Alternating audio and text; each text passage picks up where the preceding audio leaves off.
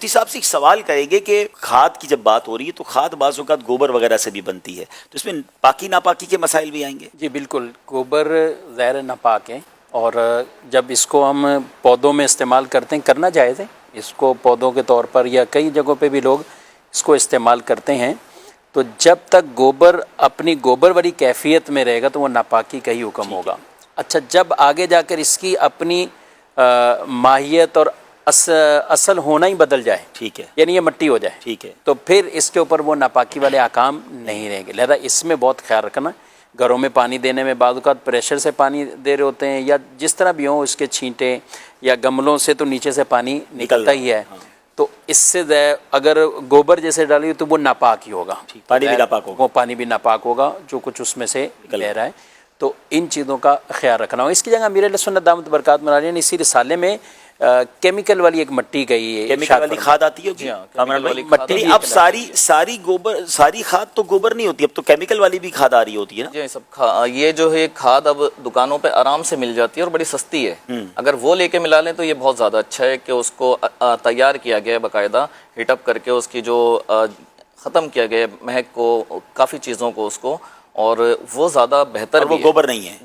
گوبر تو ہے لیکن گوبر نہیں بھی ہے۔ مثال کے طور پہ وہ گوبر نہیں لگتی ہے، وہ مٹی لگتی ہے، کھاد لگتی ہے، تو پھر کیا حکم ہوگا؟ دیکھیں وہ بھلے کھاد ہے یا کچھ بھی ہو، جب اس کے اندر موجود ہے وہ تو، اور ابھی وہ اپنی اصل کیفیت میں ہی موجود ہے، اس کی ماہیت اور اصلیت ابھی بدلی نہیں ہے، مٹی نہیں بنی ہے، مٹی نہیں بدلی، تو اس وقت تک اس کے اوپر وہی احکامات رہیں گے۔ اور یہ بھی ماشاءاللہ دین کا ایک حسن ہے کہ جہاں اس طرح کے معاملات آتے ہیں، قربانی آتی ہے، تو ہم اس میں بھی نجاست اور اس طرح کی کئی ایسے احکامات شرعی جو سیکھنے ہیں۔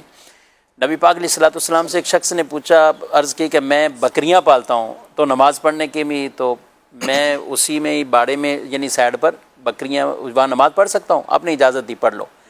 اچھا، وہیں دوسرے نے سوال کیا کہ میں اونٹ پالتا ہوں، میں وہاں پڑھ لوں؟ منع فرمایا، ورنہ تم نہیں پڑھو۔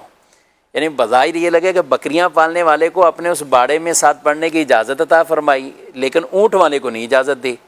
تو اس میں بھی اتنی حکمتیں بیان فرمائی کہ رسول اللہ صلی اللہ علیہ وسلم نے جو یہ چیزیں بیان کی کہ بکریاں جس طریقے سے عام طور پہ زمین کو آلودہ کریں، وہ تو اونٹ کی کیفیت اس سے بالکل جدا ہوتی ہے۔ دوسری جو مین حکمت یہ تھی کہ بکریوں سے ساتھ کوئی نماز پڑھنے والے کو تکلیف اس طرح نہیں پہنچے گی، اگر کوئی اونٹ آ گیا تو یہ تو اس نمازی کا کام ہی کر دے گا۔ تو آپ نے اونٹوں کے اس جو باڑا ہے وہاں پہ اس طرح نماز پڑھنے کی ممانعت فرمائی ہے۔ اچھا، اس میں یہ نہیں کہ زمین جیسی بھی ہو، زمین کا پاک ہونا بھی شرط ہے، کہ کئی ایسے گاؤں دیہات بھی ہوتے ہیں جہاں یہ گوبر سے لیپ کرتے ہیں زمینوں کو باقاعدہ،